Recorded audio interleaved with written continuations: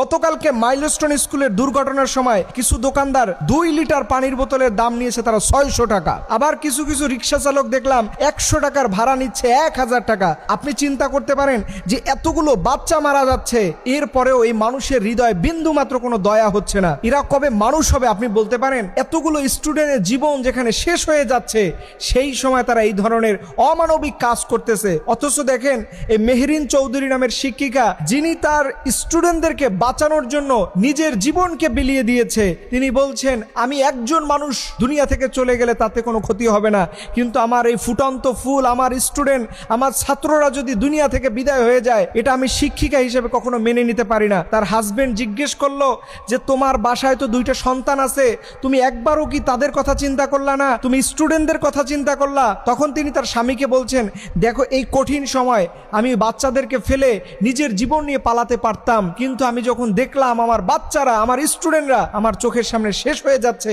আমি ওই সময় নিজেকে ধরে রাখতে পারি নাই। এর জন্য আমি আমার বাচ্চাদের কথা তখন ভুলেই গিয়েছিলাম। এবং আপনি জেনে আরো অবাক হবেন, লেফটেন্যান্ট তৌকির ইসলাম, যিনি চাইলে একটা বোতাম টিপ দিলে নিজের জীবন সেফ জোনে নিয়ে যেতে পারতো, চাইলে তার ফ্যামিলির কাছে ফিরে আসতে পারতো, অথচ তিনি ভাবলেন যে আমি যদি এই মুহূর্তে বিমানটাকে রেখে চলে যাই, কোন জায়গায় পরে কত হাজার মানুষের জীবন চলে যাবে।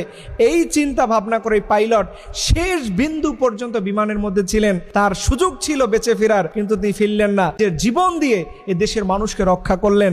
অথচ আমরা আসলে কোন মানসিকতার গল্প বলি, অথচ দেখেন দিনে দিনে আমরা কোন মানুষে পরিণত হই। সামান্য 30 টাকা এক বোতলের পানির দাম, সেই পানির মায়া আমরা ছাড়তে পারি না।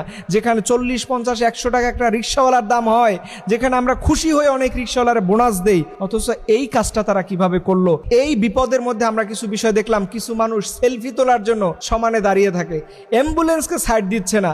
আবার আজকে আমরা দেখলাম যে আমাদের গভর্নমেন্ট সে সাহায্য নেওয়ার জন্য ফেসবুকে স্ট্যাটাস দিচ্ছে, এই দুর্ঘটনায় যারা আক্রান্ত হয়েছে তাদের সাহায্যের জন্য সরকারি ফান্ডে আপনারা জমা দেন।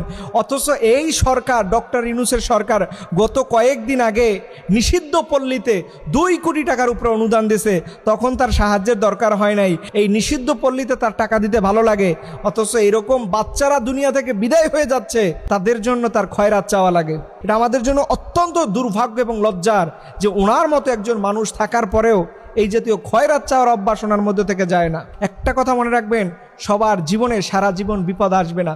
আজকে আপনি যেই আচরণটা করবেন, এইটা আপনার জেনারেশন টু জেনারেশন এটা ভোগ করবে। আজকে আপনি মানুষের পক্ষে দাঁড়াবেন, আল্লাহ তাআলা আপনার পক্ষে কাউকে দাঁড় করাবে।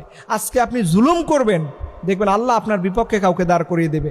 এর জন্য খবরদার, মানুষের বিপদের সময় কখনো সুযোগ নিতে যাবেন না।